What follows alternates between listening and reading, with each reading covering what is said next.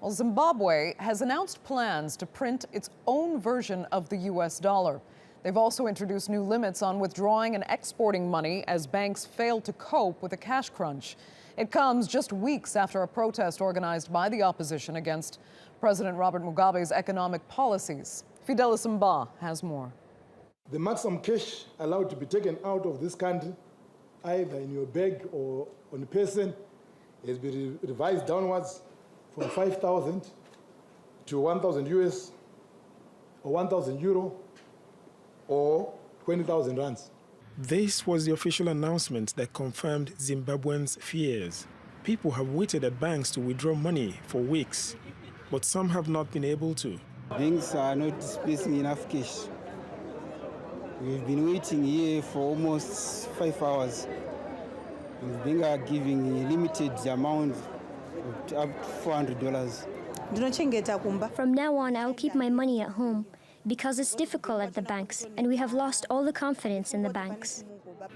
Zimbabweans prefer cash transactions despite alternative platforms. But a liquidity crisis has forced some banks to introduce strict measures, like switching off some cash machines.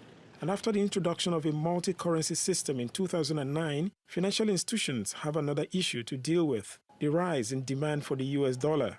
The problem that we are facing is shows that the multi-currency system is not functional. In the sense that, as we are aware, under the multi-currency system, we're supposed to be using 9 currencies. Right now, we're using only 1 currency, which is basically the U.S. dollar. Zimbabwe has suffered years of economic decline. And as unemployment pushes people to seek work outside the country, the opposition continues to blame President Robert Mugabe. Mugabe is no solution to the crisis because he's too tired. President Mugabe, who has been in power for almost 36 years, intends to stand for re-election in 2018. Mugabe promises to revive the country's economy, but it's uncertain if he'll be able to hang on. Fidelis Mba, TLT World.